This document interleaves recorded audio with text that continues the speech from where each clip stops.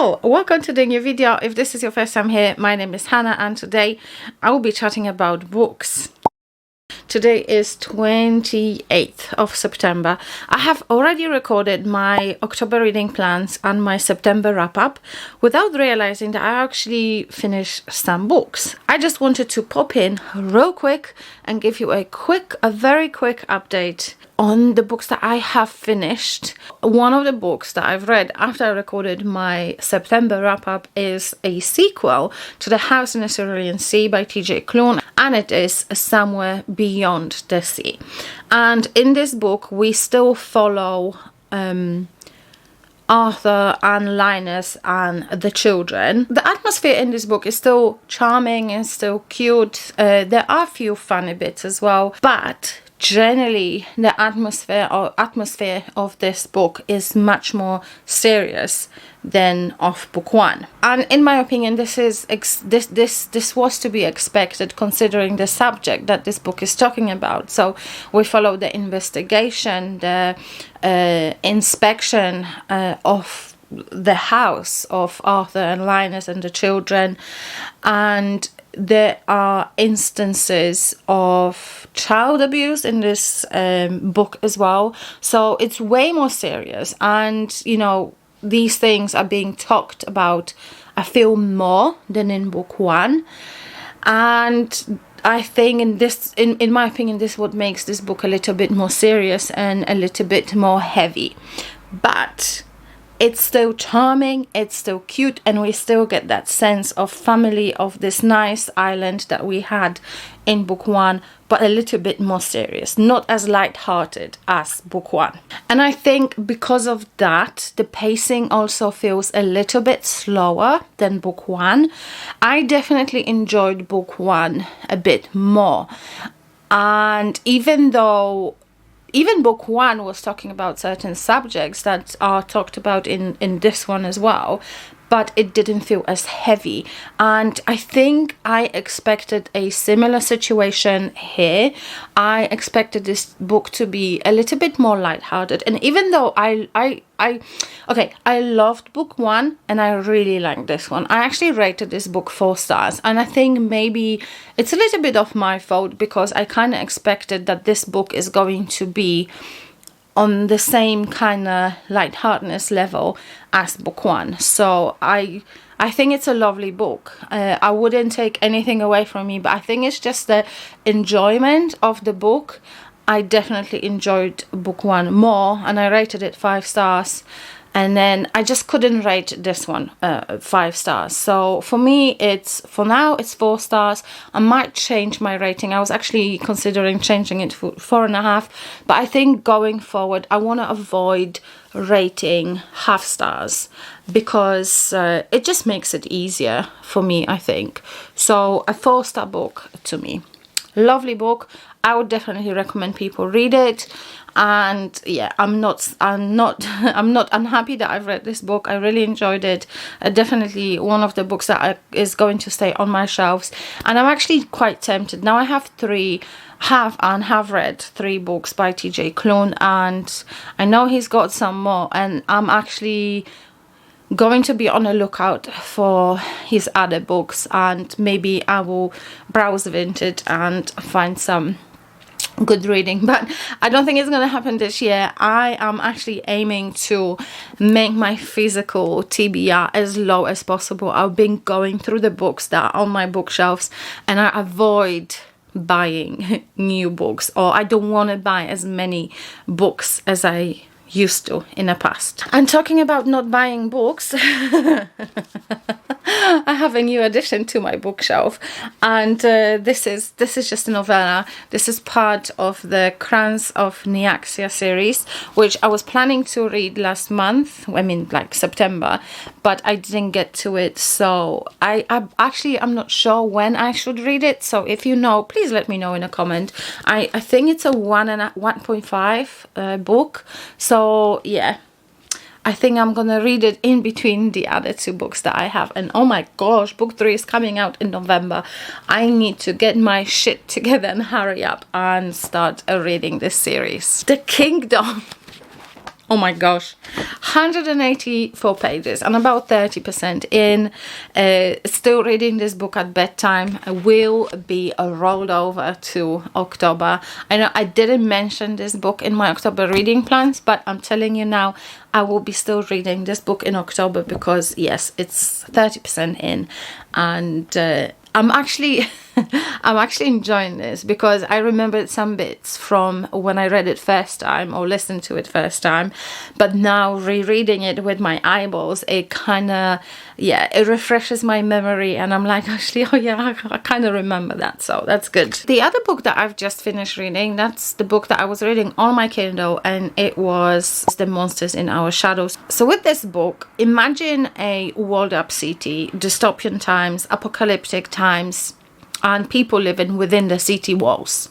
Everything outside the city walls is called Deadlands. No one and nothing can survive in the Deadlands. Inside the city walls, where the people live, some of them are afflicted with shivers, and shivers are basically those monsters that live in the shadows and they feed on their hosts. There's this one guy, Anthem, and he is the city's exilist. So exilist's job is to remove those afflicted people that are nearing the end of their life outside the city walls, and then this way get rid of the shivers as well, get rid of those monsters. At the same time, Anthem is afflicted as well. He's got his own shiver, and he has a little daughter that's being looked after by the nuns in this kind of like an orphanage while he's doing his job.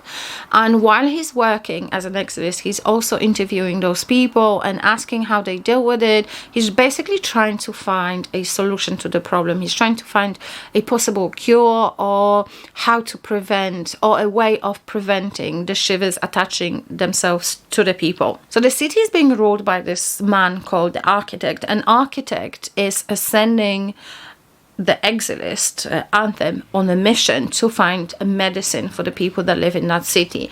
And this is where I'm going to stop telling you what's happening in the book, because I don't want to spoil anything. And I am really hoping that you will read this book, because this book is not only action-packed, it has quite a few unexpected things happening as well.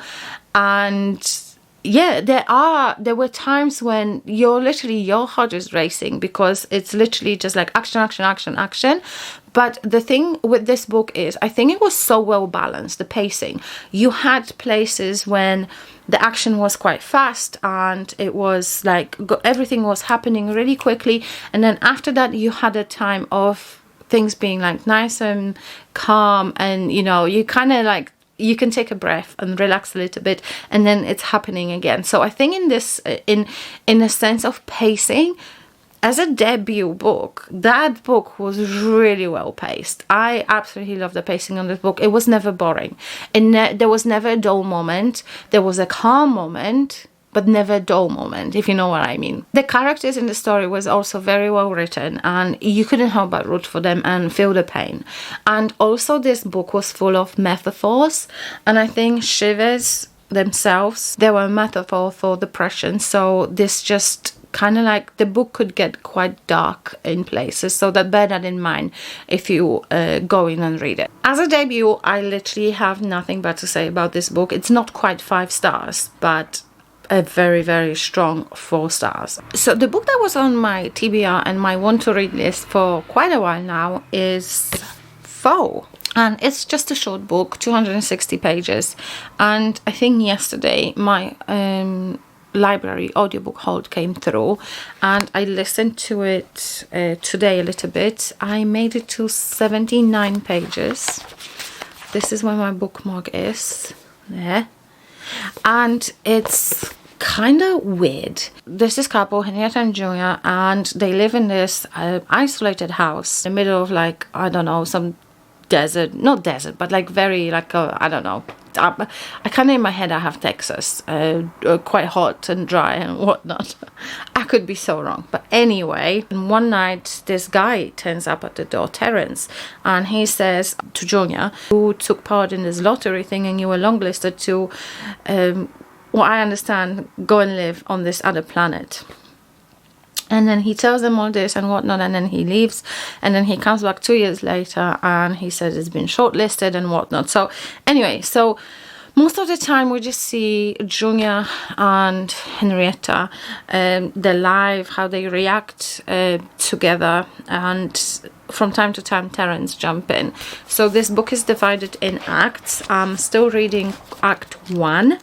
Arrival, and I think this is about the arrival of Terence in their life, and there's a lot of dialogue going on in this book. And the funny thing is, the sentences, the stuff that Junior says in the book, they haven't got their little speech marks.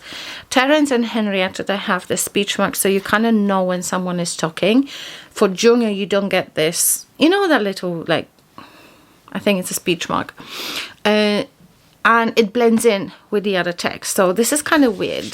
This is what I've noticed, but it's very it seems quite literary, and I quite like it. It has my interest, so I'll be listening to this. I should probably finish that tomorrow, and then that's it.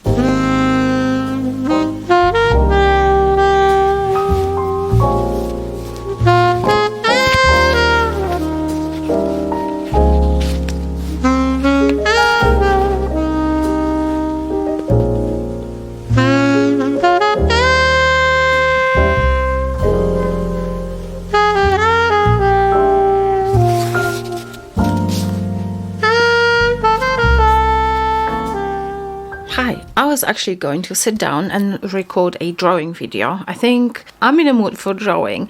I think I mentioned to you I was going to edit the new calendar for 2025, and I need to do a couple of stations, and I want to redo one of the stations that was in the previous calendar.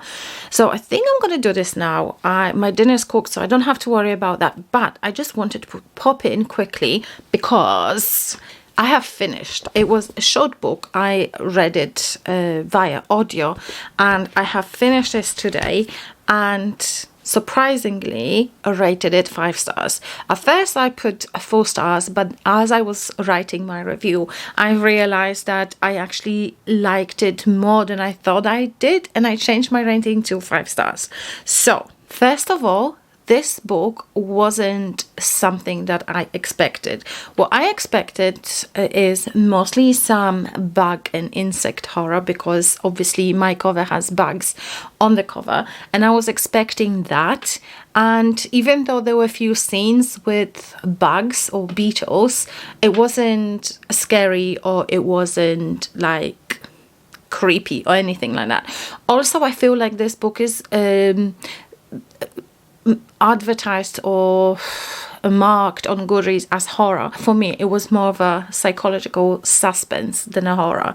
So this is a character-driven story. It's not so much the plot of the book, but the characters in the book. And as such, I think the pacing is a little bit slower than in a plot-driven book. And some people say it was fast, but to me, it was definitely a bit more of a slower and deliberate pace, and a sense of growing intrigue and uneasiness, I would say. This is one of those books that is set in a very isolated place, and also, in my opinion, are very immersive, and it actually makes you feel hot and sweaty in some places. Sorry, my printer is going off. When he's describing how hot and how humid this place was. So I think that was masterfully done. Like, I could really immerse myself in the atmosphere of this book and of this setting. And this story, I feel like it's set in the future. I don't know how far in the future, but it's definitely in the future when technology is a little bit more advanced, and it's a very small cast of characters. There's mainly 3 people that we see in the story. There are a few others, but they kind of just like come and go. But then there's 3 main characters, so the story feels very intimate, and the fact that it also happens in this one place, it makes it feel a little bit more atmospheric and intimate. Also, when I mentioned the use of speech marks by the author, I've noticed that the author didn't use speech marks for this guy Junior, and then yeah, when you kind of go towards the end of the book and you read the ending, which by the way was, I think, brilliant, you notice that unusual way of using speech marks and what they actually mean without giving any spoilers. But yeah, generally I freaking love that book.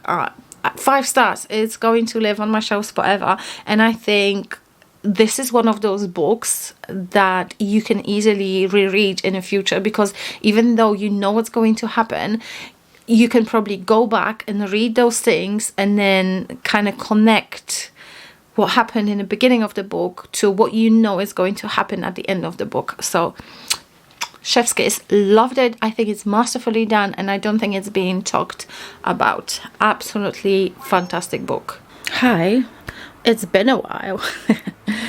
I had such a busy time recently. It's like absolutely crazy. The Kingdom is not going so quick. I'm still about a third in. I'm reading it at bedtime, so it's literally taking me ages to finish this book. I have started one for October, A House with Good Bones by Kingfisher, and I'm actually enjoying this book. I listened to it some time ago. I started listening to it, but I couldn't get into it, so I just stopped. But yeah, this time I'm actually really enjoying it. It's about this girl that's supposed to go on an archaeological dig, but the dig gets cancelled because they find human remains. So she goes and stays with her mum, and she goes to this house where she grew up. It was her grandma's house or aunt's house, and she sees that her mum is really, really slim, like she's worried that she might be sick or something, and the whole house kind of went back to the same state as it was when she was a child. So the walls are painted the same colors. There's no pictures that her mum hung on the walls before, and everything is kind of like it's gone back in time, and everything just looks like it was before. And the other thing is, there's these vultures that are outside and they keep watching this house. So weird things start to happen. Mom is a little bit worried that about that daughter. She keeps asking her, are you okay? She doesn't want to leave her alone in the house. So all this, like, you know, funky things are happening, and I'm actually really enjoying this book. It's going to be a like, I think paranormal kind of ghostly things happening, maybe a little bit of, I don't know, some voodoo or something like that. I don't know, but it's kind of divided into days. I have read 8 days, so the daughter, she's been in this house for 8 days now. So I haven't got much left, but I just didn't have time to read. But I think Kingfisher is quickly becoming one of my favorite authors, for sure. I have enjoyed all the books that I've read so far. I came from work today, and every year I do a calendar with my tube stations, and I have sat down after work and I did it. I did another one. I've designed another one for 2025. I've just sent it off to printers, and what I do, I order about 10 copies as samples, and I see if anything needs to be changed, if the colors are correct and everything. And yeah, and then I get pre-orders from people, and some of it I also sell on my Etsy shop. So I'll show you quickly. Not sure how you can hear me bad or good, because the microphone is turned the other way around, and I kind of don't want to I'm not bothered to change it. But yeah, this is the cover.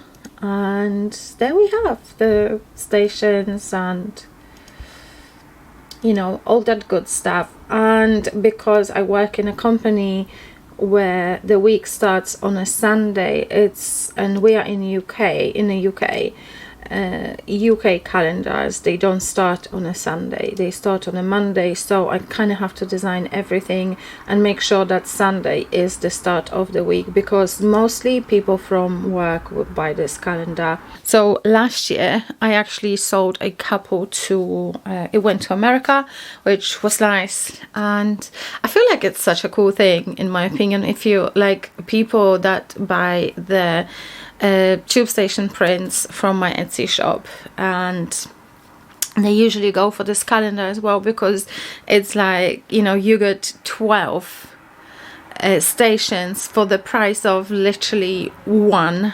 A4 print. So that's kind of cool. And so I usually sell a few of those on my Etsy shop. So that was my morning. I will show you later how much of the blanket I've done, but I've just ordered more yarn because my son wants a jumper, and I will also be making a baby blanket for someone.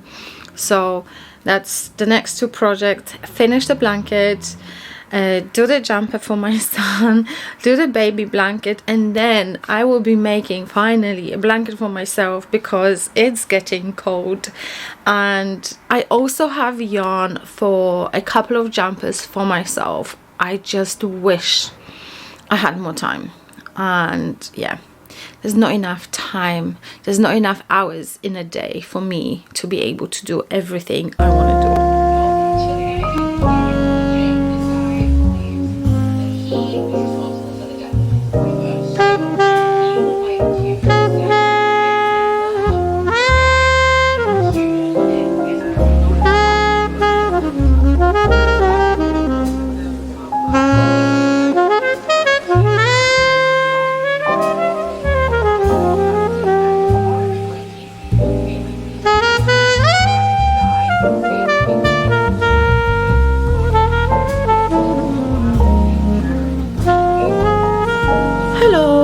Doing?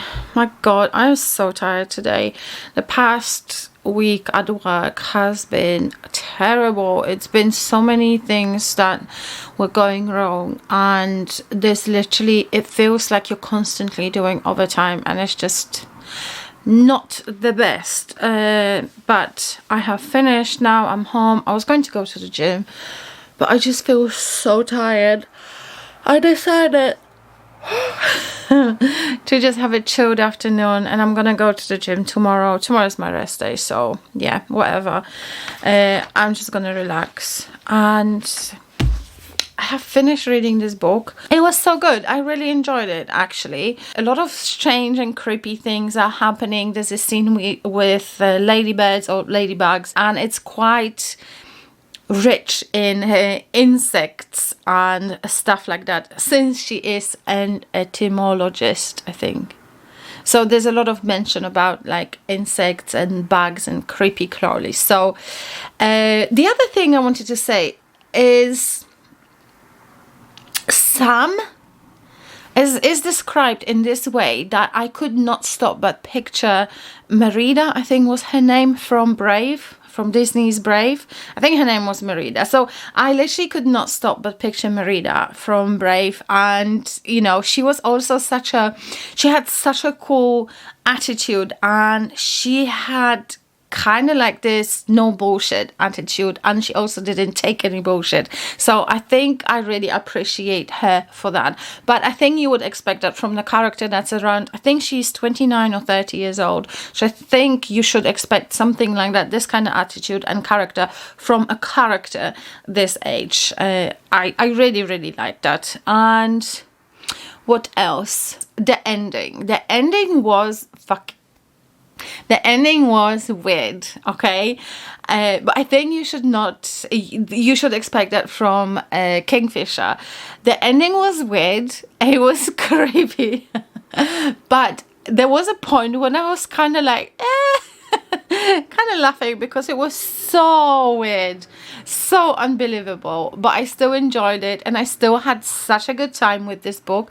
I rated it 4 stars. It's one of the books that I really liked. So far, I only had one book from Kingfisher that I didn't enjoy, and it was Hollow Places. So I think I might give it another go and maybe read it this time and not listen to it like I did the first time.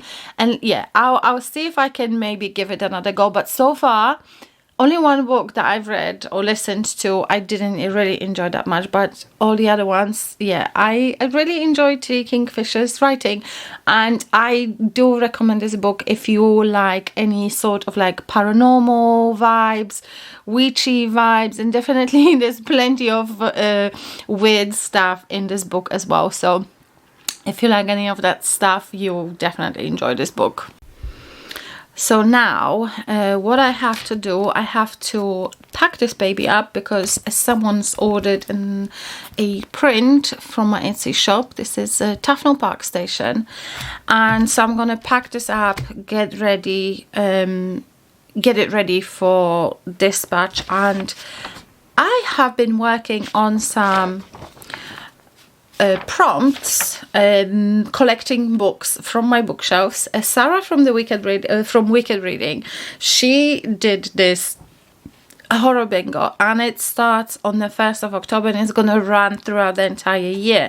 And she come up with this cool bingo board, and there's, I think, 25 prompts. I might work on this a little bit more today. I might record a quick video and just kind of like share the books that I have on my bookshelves that will fit this challenge, and maybe someone else will find it helpful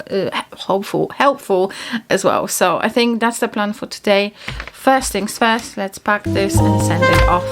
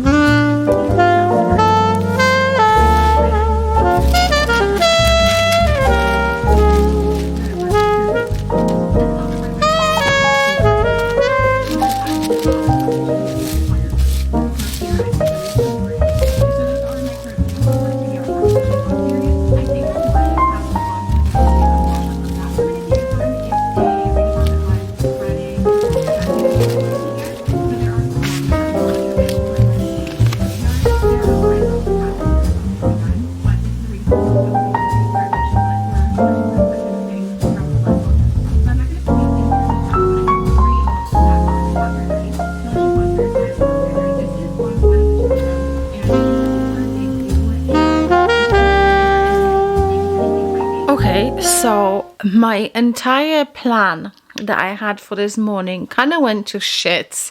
I was supposed to just wait for my son to go to school, wait for my laundry to finish, hanging on the line, and then go to the gym and go to HomeSense and the range.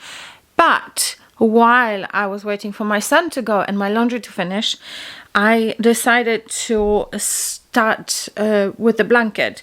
And I got so into it, and because it's so cold outside as well, and I just, I sit here and I covered myself with this blanket and I feel so cozy and so cozy and warm.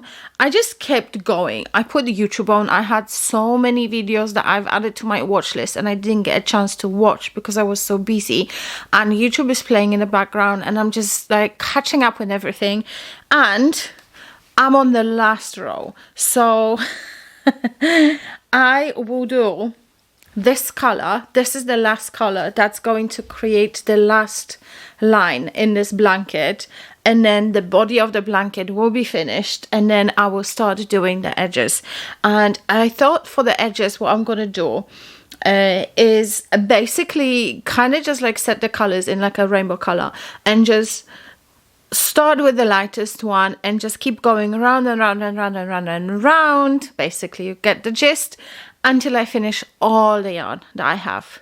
and I think it's going to look so cool. I'm excited, but also at the same time, I kind of just don't want to spend my entire day on the sofa. So I think I'll do this color, and then I think I'm gonna go, because if I don't move now, I'm not gonna move ever. But also it kind of makes me feel, you know, all these loose ends, I need to sort them out, and I need to weave them in. And I don't know if I should do it now or do it later, or when should I do it? Heck knows. Anyway, we shall see. Last line, and the body of the blanket will be finished. Hi, just want a quick update. I am still reading The Kingdom. It's taking me a while. I'm hoping to close this vlog when I actually finish reading the book, so we can kind of have like so I can have closure, basically. I am on page 316. I have about 230 pages left to read, and yeah, so it's not been going very quick, but I only read it at bedtime mostly, so that's the problem. But I've realized I actually never told you what this book is about, and I'm a bit out of breath. I'll just run up the stairs. So this is mostly about these two brothers, Roy and Carl, and they live in this little village in Norway, and they actually own a farm on a mountain, and that farm used to belong to their parents. The parents are dead. So anyway, the younger brother, Carl, he went to study in America for a reason that's revealed in the book, and which I'm not going to spoil. He went to America to study, and he comes back with his new wife, Shannon, and they want to build a hotel on that mountain. And as the situation progresses, and they're trying to get people to invest in this hotel and whatnot, we are learning more about both of the brothers, and we are learning about what happened in the past, what brought Carl to move to America, what happened to Carl and then what happened to Roy in the meantime. And we are getting glimpses of their past and how this past influenced the people that they are now. Currently, at the stage that I'm in, the digging, the building works for the hotel haven't started yet. They are just about to start, but there is a investigation going on, and it kind of stops them from doing the work on the grounds. So what I'm gonna say is this: I remember now, the more I read, the more I remember the book that I've listened to. I think I mentioned to you that I've listened to this when this book came out, and the more I read, the more I now remember.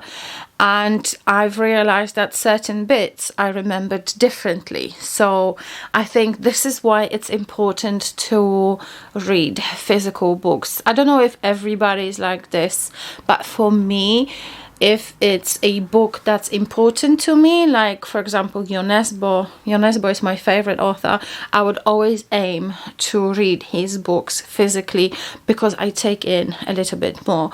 And it was the same with June, I would say, because it was such a complicated story. I felt like I understood this more when I was actually reading it. So June is one of those books, again, that I would like to reread in the future, because I have listened, have read the physical book, so I would like to reread this book. But anyway, regardless, this book is quite dark, and it talks about different issues. This is a crime thriller, so you know, there's crimes that are being committed in the book, and there's other dark things. And I feel like if you read thrillers, you're okay with like different triggers and stuff like that. You know, there are thrillers that are quite gory and quite graphic, and yeah, so you don't really need trigger warnings. But if someone new was to go into reading this book, someone that's never read anything like it, I'd say check trigger warnings, because there's plenty. I will continue reading this, and I don't know how long it's gonna take me. And I've also almost finished with the blanket. You know, I said yesterday I'm going to do a little bit, and then I'm going to go to the gym, and I had all these plans for the day. Well, nothing happened like that. All my tasks that I had for yesterday, none of them was ticked off except for maybe a laundry.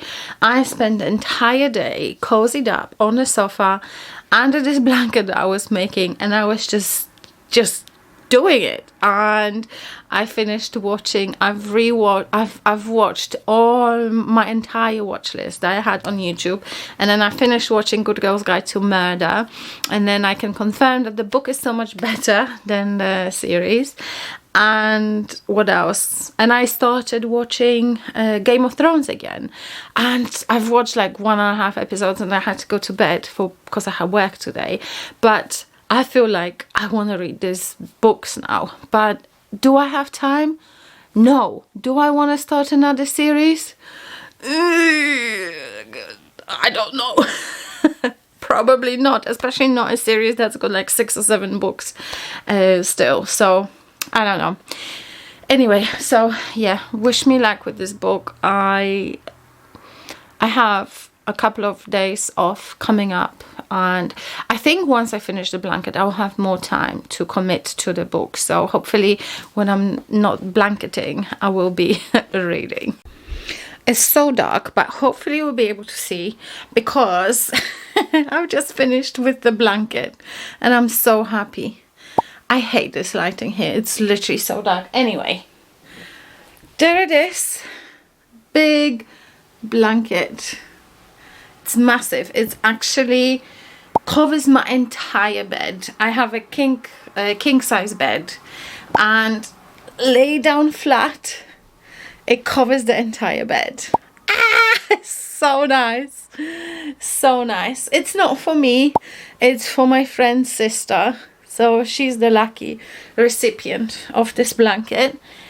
But I am so proud of this. It took a while because obviously I work, so I can only do it in my spare time when I'm not doing anything else, basically. So yeah, wow, it's lovely, absolutely lovely. Hopefully you are seeing some pictures on the screen as well, and if not, you can check that out on my Instagram. My Instagram is linked in the description box below as well. That's done. I think now I need to start on my son's jumper. He actually came up to me one day and he said, "Mum, can you do a jumper for me?" And I was like, "Cool, choose your yarn and we'll do it." And he chose this red, which is it's so beautiful. I don't know how to describe this red. I don't even know how it shows up on the camera, but this is such a bright and beautiful red. On that note, let me finish this vlog here because I think it's going to be very long. Don't forget to leave thumbs up if you like the vlog, and if you want to say something and just let me know that you were here but you don't necessarily have anything to say, why don't you leave me a yarn emoji, and this will let me know that you've watched all the way to the end. And hopefully I will see you in my next video, and for now I wish you a good week and take care of yourselves. Bye!